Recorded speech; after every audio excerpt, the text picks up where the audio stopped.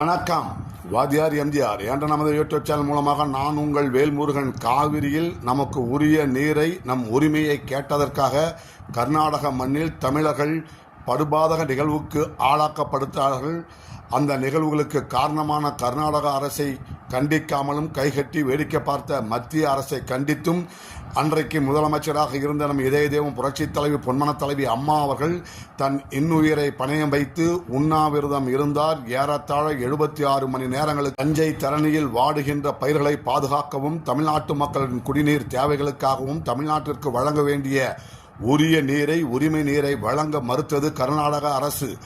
அதை உரிய முறையில் கேட்டார் புரட்சி தலைவி பொன்மன தலைவி அம்மா அவர்கள். தர மறுத்தது, சண்டித்தனம் செய்தது கர்நாடகா. புரட்சி தலைவர் பொன்மனச்செம்மல் எம்ஜிஆர் அவருடைய நினைவிடத்தில் மாலை வைத்து வணங்கி புரட்சி தலைவரிடம் ஆசி பெற்று புரட்சி தலைவி அம்மா அவர்கள் உண்ணாவிரதத்தை தொடங்கிய நாள், தமிழ் இனத்தினுடைய உரிமை மீட்புக்காக தன் இன்னுயிரை பணயம் வைத்த நாள் ஜூலை 18. தமிழ்நாட்டிலேங்க சென்னையில கிரிக்கெட் அசோசியேஷன் அலுவலகத்துக்கு ஒரு புத்தக வெளியீட்டு விழாவிற்கு சென்றார் அன்றைய ஹைகோர்ட் நீதிபதி மரியாதைக்குரிய ஹரி பரந்தாமன் அவர்கள். அந்த புத்தக வெளியீட்டு விழாவிற்கு வேட்டி சட்டையோடு சென்றதால் உள்ளே அனுமதிக்க மறுத்தது அந்த நிர்வாகம். பத்திரிகைகளில் அந்த செய்தி வெளியான உடனே சுமோட்டோவாக அந்த நிகழ்வை கையில் எடுத்தார். சட்டப்பேரவையிலே புரட்சி தலைவி அறிவித்தார்கள், வேட்டி சட்டை என்பது தமிழர்களுடைய பாரம்பரிய உடை, அதை அணிந்து எங்கும் செல்லலாம், எப்போதும் செல்லலாம், எவரும் செல்லலாம், எந்த தடையும் இல்லை. மேற்கொண்டு யாராவது தடை விதித்தால் அவர்களுக்கு ஓராண்டு சிறையும் 25,000 ரூபாய் வரை